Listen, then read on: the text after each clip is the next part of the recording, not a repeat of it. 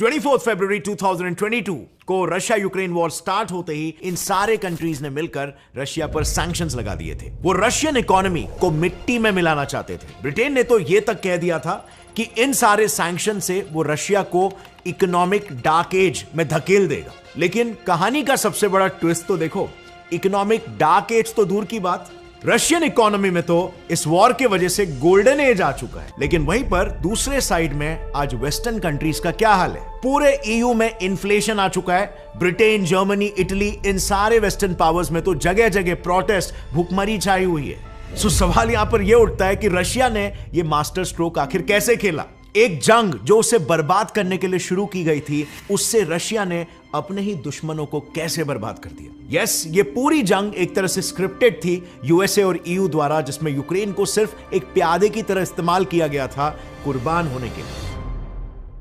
On the other hand, Russia तो खुद ये जंग लड़ना भी नहीं चाहता था। बहुत ही कम लोग ये जानते हैं कि रशिया और यूक्रेन की काफी गहरी दोस्ती हुआ करती थी। 2013 तक तो दोनों देश एक दूसरे को भाई बुलाते थे, लेकिन ईयू और यूएसए ने सिर्फ और सिर्फ अपने वेस्टेड इंटरेस्ट के लिए इन दोनों भाइयों को सौतेला भाई बना दिया।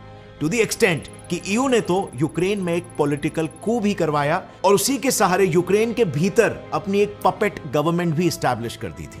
लेकिन ट्रूली मेरे हिसाब से रशिया यूक्रेन वॉर पूरी दुनिया का सबसे मिसअंडरस्टूड वॉर बन गया है। किस हद तक ये स्क्रिप्टेड है बाय यूएसए एंड ईयू और असली रियलिटी कैसे उससे कोसों दूर है,